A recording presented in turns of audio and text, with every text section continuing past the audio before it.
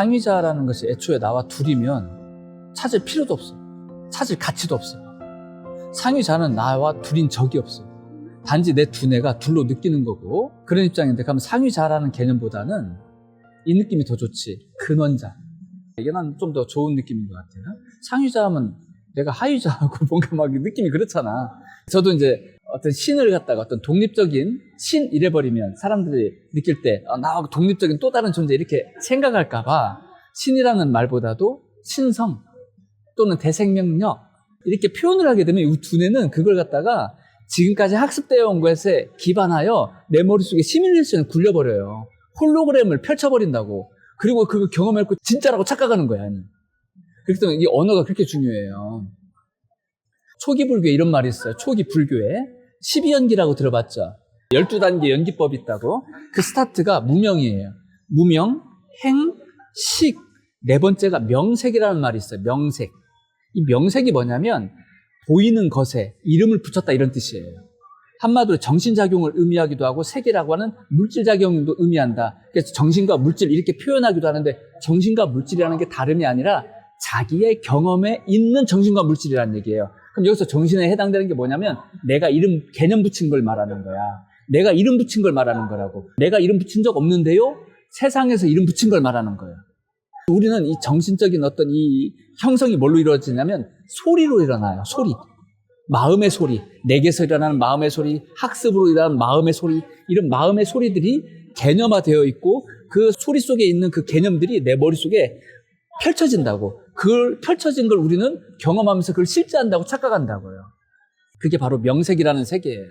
그러니까 우리가 경험하는 걸 실제를 경험하는 게 아니라 우리의 학습, 경험들, 머릿속에 있는 개념들을 경험하면서 우리는 그걸 실제라고 느끼고 있다. 이렇게 볼 수 있는 거예요. 그럼 상위자라는 개념도 마찬가지인 거예요. 상위자도 개념이잖아요. 실제를 두고 우리가 상위자라 이름하든 신이라 이름하든 이름에 불과한데 이름 붙인 사람의 의도가 들어갑니다. 거기에. 어떤 사람은 똑같이 신이라고 말을 하는데 신은 나와 둘이 아니다라는 개념의 신이 있고요. 어떤 사람은 불경스럽고 그런 게 어딨냐. 신은 우리가 숭배해야 될 또 다른 존재일 따름이지. 이 감히 이렇게 생각하는 사람도 있단 말이에요. 신이라는 언어는 똑같은 개념이 달라버리죠. 그죠? 근데 대다수의 많은 사람들은 신 해버리게 되면 나와 둘이 아닌 존재성으로서의 신이 아니라 나와 별개인 신으로 이해를 한단 말이에요.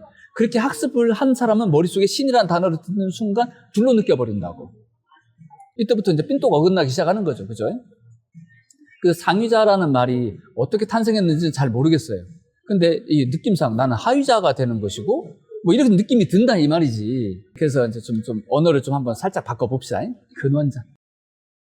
상위자 해버리게 되면 이게 개념적으로 애고의 어떤 경험 속에서는 둘로 느껴버린다.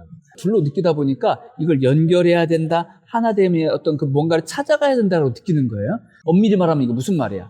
내 두뇌에 그런 경험을 어떻게 하면 할 수 있습니까? 라는 질문이 되는 거예요. 맞죠? 두뇌 경험을 말하는 거예요.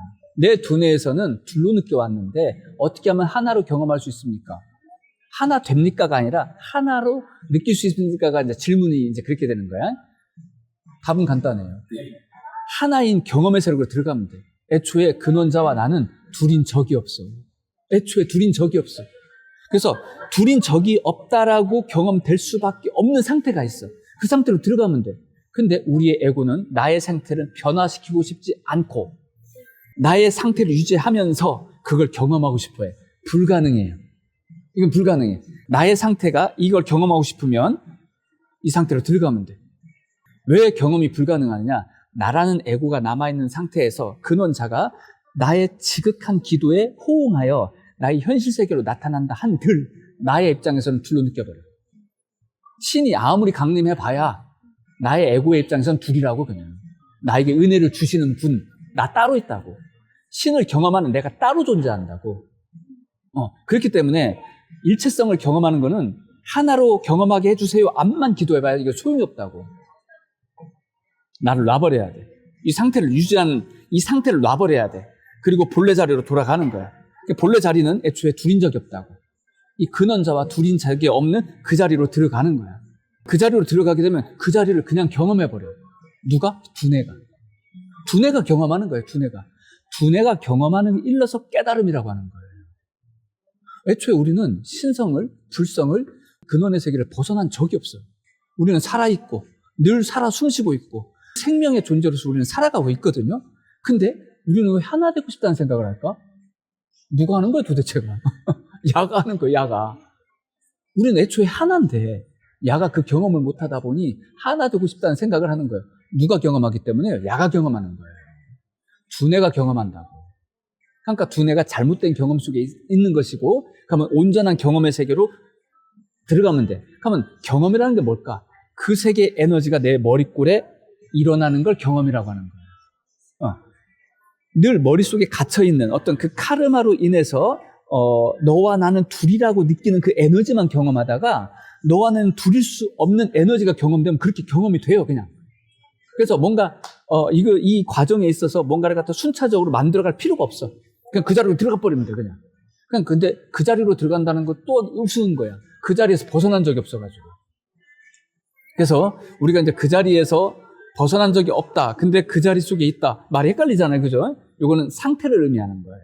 너와 내가 둘이라고 느낄 수밖에 없는 에너지 상태에 있다가 나와 내가 둘인 적이 없다라고 느끼는 에너지 상태로 들어가면 돼. 그럼 여기서 이제 변화되는 건 뭐냐면 나의 상태 변화밖에 없어요. 상태 변화만 하면 돼. 자, 그러면 여기서 이제 우리가 해야 될 조건이 뭐냐면은 요 나의 상태를 유지하는 거 있잖아요. 이 까르마를 놔야 돼. 까르마를 놓지 않으면 이 까르마는 끊임없이 경험을 일으켜. 그리고 경험은 또 뭔가를 쫓게 만들어. 이 까르마의 특징이에요. 까르마는 끊임없이 너와 나를 둘로 나누고 둘로 나눈 터 위에서 대상을 끊임없이 쫓는 것이 까르마에 갖는 에너지 속성이야. 그래서 까르마를 놓는 것 외에는 답이 없어. 이거. 까르마를 놔버려야 돼. 그러면 놓으려면 어떻게 해야 돼? 까르마를 자각해야 돼.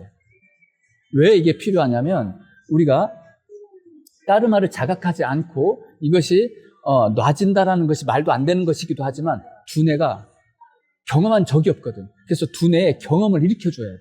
왜? 깨닫는 놈이 두뇌라서 그래. 그래서 이 순차적으로 경험을 해줘야 돼. 1번은 뭐냐면 카르마를 자각한다. 자, 물론 카르마를 자각하기 위해서 지금의 나의 경험을 일으킨 에고를 이해를 해야 되겠지. 나는 지금 이렇게 경험하는구나라는 에고를 먼저 이해를 하고 받아들여야 돼요. 그러면서 이 받아들이는 이 흐름 속에서 뭐가 이해가 돼? 에고라고 하는 이 경험을 일으키는 그 에너지의 원천이 드디어 발견이 돼. 그 에너지의 원천이 바로 카르마예요. 그래서 이 카르마를 자각하는 순간부터 어떤 일이 발생하냐면은 나라는 것은 실제하지 않는다라는 인식이 들어와. 머리에서 그걸 인식하기 시작해 돼.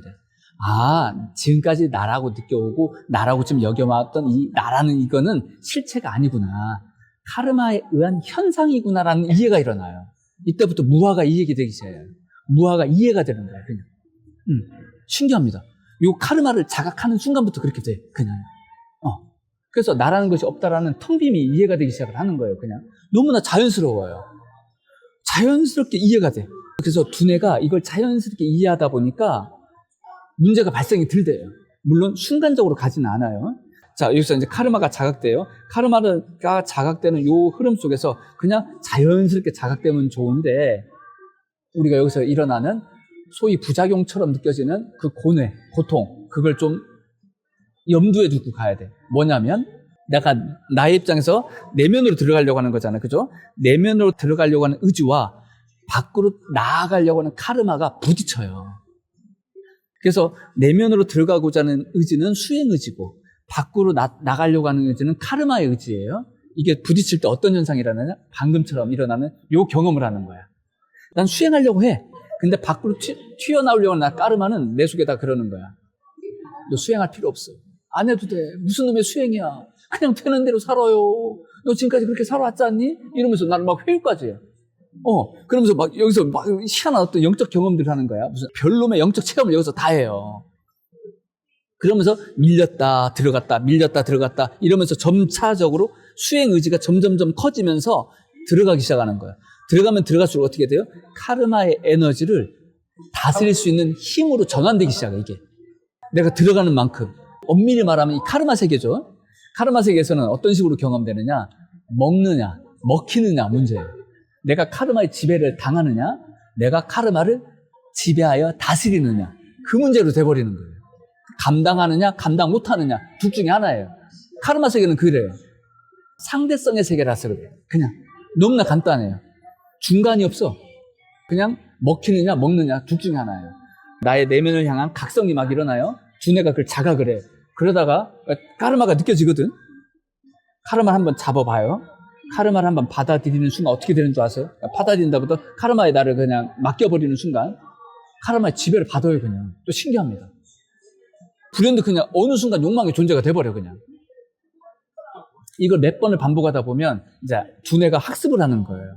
아, 나는 지금 이런 상태에 있구나라는 게 너무 빨리 자각이 돼. 시간이 걸리겠죠, 그죠? 예, 이런 과정들이 반드시 필요해요. 자, 이 과정 속에 뭐가 조건이죠? 카르마를 자각하고 카르마를 받아들이는 시간들이 필요해. 이 시간들을 거쳐 나가면서 두뇌는 이걸 훈련을 하는 거예요. 결국에는 두뇌가 자각하는 거거든요. 두뇌가 인식하면서부터는 이제 게임 끝나는 거예요. 다른 카르마가 일어나더라도 큰 문제가 안 일어나. 똑같은 카르마로 보인단 말이에요, 이제는. 이 카르마가 드디어 이제 자극되면서 이제 더 깊게 들어가면서 이제 드디어 이제 뭐가 일어나느냐. 카르마의 힘이 일어나지만 카르마를 받아들이고 제압하고 품을 수 있는 힘이 생기는 순간 내면을 향한 힘이 생겨요. 그때 이제 카르마 너머의 세계에 대한 인식이 들어오기 시작을 해요. 이게 바로 신성의 자각이에요. 신성의 자각이 들어오게 되면 그 무한한 경험들이 일어나겠는데 이때 처음 일어나는 경험이 뭐냐면은 현존이라는 거예요. 카르마도 나가 아니고 그 무엇도 나가 아니구나. 한마디로 뭐예요? 이거? 상위자 자체로서의 경험이 일어난다 이 말이에요.